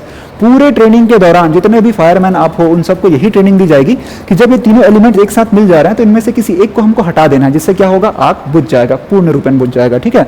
जैसे सपोज करते हैं आप एक काम आप चाहो तो कर सकते हो, या आपने बचपन में किया भी होगा, ठीक है। एक हल्का सा मोमबत्ती, छोटा सा, इतना छोटा सा जो मोमबत्ती आता है वो जलाना आप वहाँ पे। मोमबत्ती जैसे आपने जलाया वहाँ पे ऑक्सीजन थी, जल गया। ताप आपने क्या किया, लाइटर से दे दिया या फिर माचिस से आपने उसमें ताप दे दिया, वो जल गया। ईंधन क्या है, मोमबत्ती के बीचों बीच एक जो रेशा होता है ना, वो ईंधन के रूप में काम कर रहा है, ठीक है। तो सबसे पहले जो है ना हम ऑक्सीजन हटा देते हैं। ऑक्सीजन कैसे हटाएंगे जी, एक गिलास लेंगे, कांच का गिलास लोगे आपको आर पार दिखेगा, ठीक है। लोकल मतलब माफ करना, स्टील का अगर आप गिलास देखोगे आपको आर पार नहीं दिखेगा, क्रिया हो जाने के बाद आप ऐसे खोलोगे ना तब दिखेगा। कांच के गिलास आप चाहो तो ले सकते हो, अगर आपकी मम्मी आपको अलाउ कर दे तो, ठीक है। तो बिल्कुल मार खाने से बच करके ये करना। तो ऐसे आप जैसे उल्टा करोगे वहाँ पे ऑक्सीजन क्या हो जाएगा, थोड़ी देर के लिए खत्म हो जाएगा। जब तक ऑक्सीजन होगा तब तक वो आग वहाँ पे कांच के अंदर जलते रहेगा। जैसे ऑक्सीजन खत्म, वो आग भी वहाँ पे स्वतः ही समाप्त हो जाएगी। ऑक्सीजन हटा देना उसको हम लोग बोलते हैं। दूसरा क्या है, ताप या ऊष्मा हटा दो, ठीक है। जैसे एग्जाम्पल के लिए मैंने अभी आपको बताया था कि क्या है, एक लोहार होता है, मस्त गरम गरम जो है वो लोहा पानी के अंदर डाल देता है, तो वही उसने गरम गरम लोहा क्या किया, पानी के अंदर डाल दिया। पानी क्या है, एक वो ज्वलनशील है क्या, नहीं है। तो जैसे उसने उसके अंदर डाला तो उसका ताप क्या हो गया, खत्म हो गया। ताप खत्म, आग खत्म, ठीक है। या फिर आप जो है जब आपने देखा होगा अचानक से, जैसे सपोज करते हैं कागज में आग लग गई, यहाँ पे ताप है, मैंने जोर जोर से ऐसे ऐसे इसके मार करके जो है थोड़ी देर के लिए उसका ताप वहाँ से हटा दिया, तो भी क्या होगा, आग बुझ जाएगी। तो ताप यानी कि ऊष्मा जैसे आप वहाँ से हटा दोगे आग ही बुझ जाएगी। और सिंपल सी बात है, अगर ऊष्मा है ही नहीं वहाँ पे तो वो जगह जो है ठंडी है, तो वहाँ पे आग कैसे लग सकती है। ठीक है, तो ये हो गया ऊष्मा। तीसरा ईंधन, सबसे इंपॉर्टेंट। आपको ये जो ईंधन है ना, इसी के ही अगर हमने देखा जितने भी हमने ABCDEF जो हमने देखा, इसी के तो प्रकार थे वो। तो यही जो ईंधन होता है ना, सबसे मुख्य भूमिका निभाती है जब कहीं पे आग लगती है। तो इसी ईंधन को आप हटा दो, लेकिन ये डिपेंड करता है कि वहाँ पे किस तरीके की आग है, वहाँ पे आप ईंधन सही में हटा सकते हो क्या। जैसे सपोज करते हैं एक दो लकड़ी में आग लगी, आप ईंधन हटा सकते हो, लकड़ी आप वहाँ से दूर ले जाओ। लेकिन बहुत बड़े लकड़ी के जो है ना एकदम गट्ठे में अगर आग लगी तो कैसे करोगे, उसको कैसे हटाओगे। ठीक है, तो ईंधन अगर आपने हटा दिया तो भी आग जो है बुझ जाएगी। इन तीनों में से किसी एक एलिमेंट को भी अगर आप हटाते हो, वैसे ये तीनों जो है ना एक साथ बराबर से मिलते हैं तब आग लगती है, लेकिन तीनों में से किसी एक को आपने हटाया, आग बुझ जाएगी। 3 में से 2 हटा दो तो भी अच्छी बात है, लेकिन एक मिनिमम आपको हटाना ही पड़ेगा। ठीक है, अब आप इसको प्रैक्टिकली सोच भी सकते हो, जहां पे भी आपने आग लगते हुए देखा होगा, ऑक्सीजन होगा ही होगा, ताप होगा ही होगा, उसके साथ साथ ईंधन होगा ही होगा, ये तीनों के तीनों होंगे ही होंगे, तभी जाकर के वहां पे आग लग सकती है। ठीक है, और इसके भी एक तरीके होते हैं, मैं आपको बता देता हूँ इसके प्रॉपर से तरीके। जैसे सपोज करते हैं अगर हम जो है ना ऊष्मा को हटाते हैं, ऊष्मा को अगर हमने हटाया, ठीक है, जैसे सपोज जैसे एग्जांपल के लिए क्या किया हमने, लोहार गरम नहीं, लोहार छोड़ो, लकड़ी में आग लगी है। ठीक है, आपने क्या किया, मस्त एक मग्गे में पानी आपने लिया, उसी लकड़ी में आपने डाल दिया पानी को, तो क्या हुआ, उससे जो हीट है वो चली गई वहां से। ठीक है, प्रॉपर तरीके से उसकी हीट चली गई, तो आग वो बुझ जाएगी, उसी लकड़ी की आग जो है वो बुझ जाएगी। तो क्या किया जी, हमने ऊष्मा हटाया। इसको हम लोग कौन सा विधि बोलते हैं, कूलिंग विधि।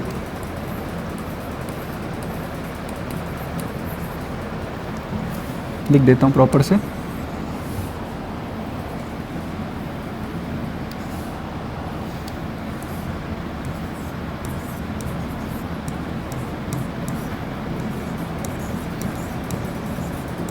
इसको हम लोग बोलते हैं कूलिंग विधि। अगर आपने जो है ताप ऊष्मा हटाया तो वो होगा आपका कूलिंग विधि। ठीक है, वही अगर आप जो है ना ईंधन हटा देते हो तो ये आपका हो जाता है स्मूथरिंग विधि। लिख देता हूं यहाँ पे, अलग कलर से लिख देता हूं।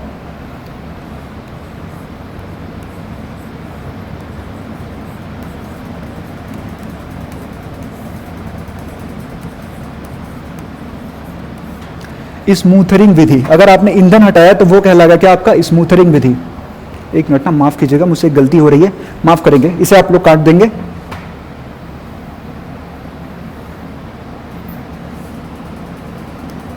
अगर ईंधन हटाया तो वो कहलाता है स्टार्विंग विधि। ठीक है, यहां पे मैंने गलती कर दी थी, आप इसको सुधार लेंगे, मैं भी इसको सुधार लेता हूं। इसको हम लोग कहते हैं स्टार्विंग। हाँ, बस ऐसे ही गलतियों से हमको बचना है एग्जाम हॉल में।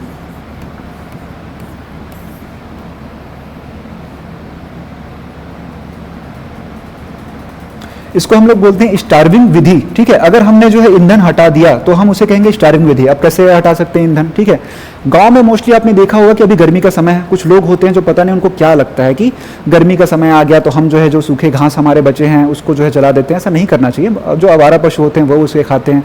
आपके खेतों में बहुत अच्छा खाद के रूप में आप वो इस्तेमाल होते हैं, सूखे पत्ते जो है खाद की तरह इस्तेमाल होते हैं, तो आपको भी नहीं जलाना है। आपके आसपास अगर कोई कर रहा है तो आप उसको भी मना करो कि आप इसे मत जलाओ। ठीक है, तो वहीं जब ऐसा आग लगता है तो अगर उसको बुझाना होगा तो हम क्या करेंगे, इतना सारा पानी तो हम ला नहीं सकते, तो क्या करते हैं, जहां तक आग लगी है वहां तक लगी है, उसके बाद का जो सूखा घास होगा हम वहां से हटा देंगे, कहीं दूसरी जगह लेकर के चले जाएंगे। इससे क्या होगा, आपने ईंधन हटा दिया, ईंधन हटाया तो वो क्या हो जाएगा, स्टार्विंग विधि। ठीक है, उसके बाद तीसरा ऑक्सीजन ही हटा देना। अभी मैंने बताया था मोमबत्ती वाला एग्जांपल बहुत कम इस्तेमाल होता है, क्योंकि जंगल में आग लगी, ऑक्सीजन कैसे हटाओगे, इतना बड़ा जंगल है। ठीक है, छोटी छोटी जगहों में ये हो सकता है।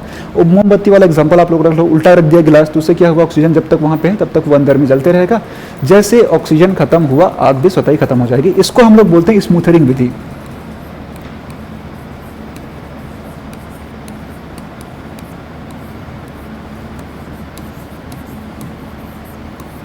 ठीक है, तो मैंने आपको जो है 3 फायर ट्रायंगल आपको पढ़ा है, जहां पे बैठे ये 3 यार, वहां पे मच गया हाहाकार। उसके बाद इसको जो है बुझाने के तरीके भी मैंने आपको बताया कि एक ताप से आप बुझा सकते हो, ईंधन हटा करके बुझा सकते हो, ऑक्सीजन हटा करके, तीनों में से कोई भी एलिमेंट हटाओ आग बुझ जाएगी। अब एक बार आप जो है इसको रिवाइज कर लीजिए।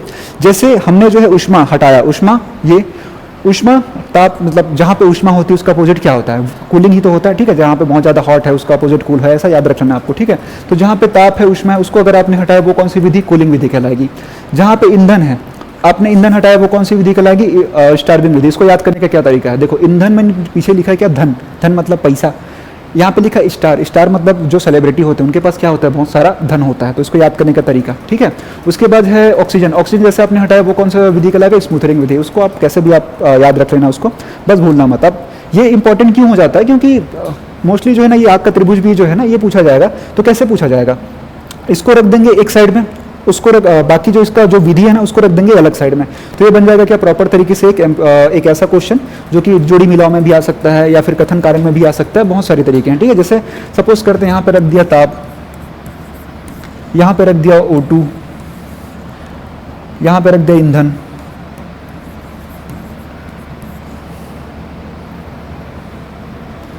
अब इसी के अपोजिट में आपको जो है मान लेते हैं दे दिया कि ताप के अपोजिट में आपको दे दिया क्या, स्मूथरिंग, O2 के अपोजिट में आपको दे दिया कूलिंग, और ईंधन के अपोजिट में आपको दे दिया कौन सा बचा जी, अरे ये दोनों का, हाँ ठीक है चलो बन जाएगा स्टार्विंग। अब कैसा बनता है क्वेश्चन, ऐसा बनता है ए का 1, बी का 2, सी का 3, दूसरा ऑप्शन ये ऑप्शन ए है, ऑप्शन बी आपको दे दिया, फिर ए का बी का 1, सी का 3, ऐसा। तो ऐसे ही ऑप्शन में जो है आपके साथ वो खेल सकता है, खिलवाड़ कर सकता है, तो आपको ऐसा नहीं करना, आपको प्रॉपर से याद रखना है। और जैसे मैं भी भूल गया था, कंफ्यूज हो गया था, वैसे ही आपको नहीं होना है। जैसे ताप आया स्मूथरिंग, माफ कीजिएगा, ताप आया कूलिंग विधि, ठीक है, ताप का अपोजिट क्या होता है, कूल करना, ऐसा। ईंधन का आपका स्टार्विंग विधि, मतलब क्या है, ईंधन हुआ, ठीक है, नीचे में क्या है, धन है, इनके पास ज़्यादा होता है, स्टार के पास ज़्यादा होता है। फिर स्मूथरिंग विधि, ऑक्सीजन हटा दिया, वो विधि। तो ये टोटल हो गए आपके जो है दो कंप्लीट। जैसे मैं आपको बता दूं,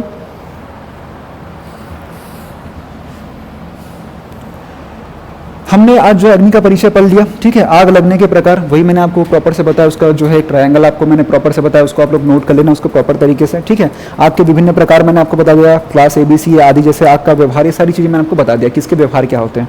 अब मैंने प्रॉपर आपको जो है ना आग के तरीके ही बताए हैं, उसके साथ ही साथ मैं आपको बता सकता था क्या आग को बुझाने के तरीके, लेकिन वो आज नहीं, आपको मैं कल बताऊंगा। इससे क्या होगा, आपका रिविजन हो जाएगा, आग के तरीके एक बार हम रिवाइज करेंगे, उसको बुझाने के जो व्यापक तरीके हम उसका इस्तेमाल करेंगे, ठीक है। जैसे सपोज करते हैं लकड़ी में आग लगी, पानी डालेंगे, ऐसा एक तरीका होगा प्रॉपर से। सारे आग लगने के तरीके अलग होते हैं, उसको बुझाने के तरीके अलग होते हैं। वैसे आप पानी से सारी चीज़ें तो आप बुझा सकते हो, लेकिन ऐसा जरूरी थोड़ी ना है कि बहुत जल्दी बुझ जाएगा, टाइम लेगा, टाइम टेकिंग होगा, ज़्यादा आर्थिक नुकसान होगा। हमको नहीं करना है, हमको क्या करना है, सुचारू विधि से हमको आपको बुझानी है, ताकि हमको आर्थिक नुकसान भी ज़्यादा ना हो, ठीक है। तो वर्तमान में जो है अभी आपकी जो है ये क्लासेस हैं वो कंप्लीट हो चुकी हैं। मैं समझ पा रहा हूँ कि आप सभी ने जो है सिलेबस प्रॉपर से समझ लिया होगा। मैंने आपको सिलेबस समझा दिया है, इसका टॉपिक 1 जो है मैंने कंप्लीट कर दिया है। कल इसका सेकंड टॉपिक हम चालू कर देंगे प्रॉपर तरीके से, और इसमें भी अगर आपको कोई डाउट होगा तो आप जो है कमेंट में कर सकते हैं। मैं आपको जो है लास्ट डेट में प्रॉपर PDF उसके चित्र सारी चीज़ें आपको मैं प्रॉपर से दिखा दूंगा, ठीक है। तो अभी आप जो है वर्तमान में सिलेबस को कंप्लीट करें, अपना सिलेबस जितना जल्दी हो सके आपको कंप्लीट करना है। आपको टेस्ट सीरीज आपको चालू कर देनी है आज से। और हाँ, बहुत सारे स्टूडेंट्स हैं, उन्होंने मुझसे पूछा सर फिजिकल में हमारे नंबर कम हैं, हम क्या करें। मैं समझ सकता हूँ, फिजिकल में बहुत सारे लोगों के नंबर कम आए हैं। आप जो है ना कोई फिजिकल एकेडमी के ना कभी भी इंटरव्यू मत देखा करो। फिजिकल एकेडमी वालों ने क्या बोल दिया था, एक फिजिकल एकेडमी ने दावा किया था कि परसों हमारे 15 बच्चे गए थे, उनका सब में 100 में 100 आ गया है। आज गए थे, उनका भी 100 में 100 आ गया है। ऐसा कुछ नहीं था। 9 या 10 बच्चों का मैंने देखा कि 100 में 100 था, बाकी सबका जो है उसके बाद नीचे आ ही रहा था लाइन से। 7 से 8 हज़ार बच्चे हैं टोटल, ठीक है।